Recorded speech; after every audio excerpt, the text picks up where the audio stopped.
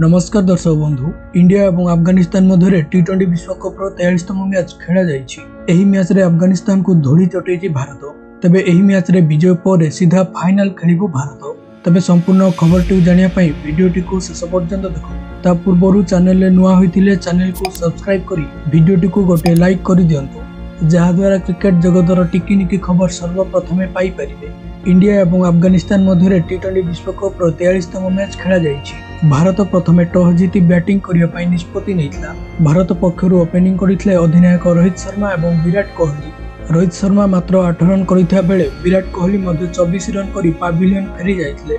एहा परे ऋषभ पंत और सूर्य कुमार यादव स्थिति संभाळिथिले। पंत 11 बॉल में 4 चौका सह 20 रन करिथा बेले सूर्य कुमार यादव धुआंधार बैटिंग करी 28 बॉल में 5 चौका और 3 छक्का सह 53 रन करथिले। एहा परे शिवम दुबे 10, हार्दिक पांड्या 32, रविंद्र जडेजा 7, अक्षर पटेल 12 और अर्शदीप सिंह 2 रन करथिले। 181 रन लक्ष्य को पिछा करुଥିବା अफगानिस्तान भारतर घातक बोलिंग आघरे 20 ओभर 10 विकेट हराई मात्र 134 रन करि पारिथिला। भारत पक्षर जसप्रीत बुमराह और अर्शदीप सिंह 3टी लेखाएं विकेट नैथा बेले कुलदीप यादव 2टी, रविंद्र जडेजा और अक्षर पटेल 1 लेखाएं विकेट नैथिले। फल 47 रन सह विजय होइछि भारत। धन्यवाद।